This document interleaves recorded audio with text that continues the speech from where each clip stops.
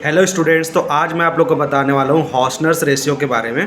हॉसनर्स ratio नाम पड़ा है इसके खोजकर्ता जो कि एक इंजीनियर हैं, हेनरी एच हॉसनर। और ये यूज़ होता है किसी भी पाउडर या ग्रेन्यूल का कितना फ्लोएबिलिटी है, कितना वो फ्लो कर सकता है। और फ्लोएबिलिटी का इंपॉर्टेंस है, किसी भी पाउडर या ग्रेन्यूल को हम टैबलेट में कंप्रेस कर रहे हैं या फिर कैप्सूल में फिल कर रहे हैं तो उस टाइम उसका फ्लो प्रॉपर्टी क्या है। तो हॉसनर्स रेशियो डिपेंड करता है टैप्ड डेंसिटी और बल्क डेंसिटी पे। क्या है ये टैप्ड और बल्क डेंसिटी, बताता हूँ आप लोग को।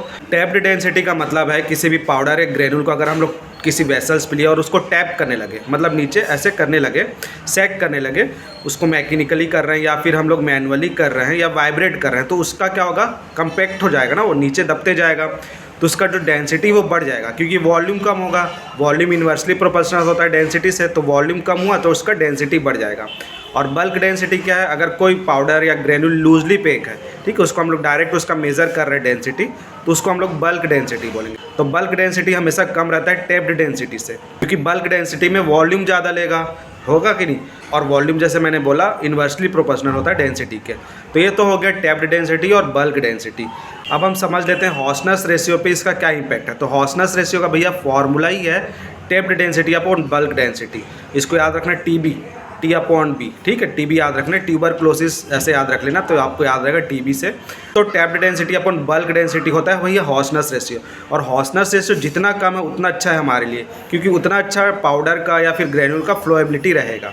और फार्मूला में भी देखो ना, सीधी सी बात है, देखो बल्क डेंसिटी नीचे है, तब बल्क डेंसिटी अगर ज़्यादा रहा तो हॉसनर्स रेशियो कम रहेगा, जो कि हमको चाहिए। अब हम लोग हॉसनर्स रेशियो का वैल्यू समझ लेते हैं, कितना हॉसनर्स रेशियो का वैल्यू रहेगा तो उसका फ्लोएबिलिटी क्या कहलाएगा। तो जनरली लेस देन 1.25 रहा अगर इसका वैल्यू, तो उसको हम लोग बोलते हैं गुड फ्लो पाउडर, ठीक है। पाउडर का जो फ्लोएबिलिटी वो गुड है। अगर 1.25 से 1.5 के बीच है तो मॉडरेट है उसका फ्लोएबिलिटी, और मोर देन 1.5 है तो पुअर फ्लोएबिलिटी का पाउडर है, ठीक है। उस पाउडर का फ्लोएबिलिटी बहुत कम है, जो कि हमारे लिए अच्छा नहीं है।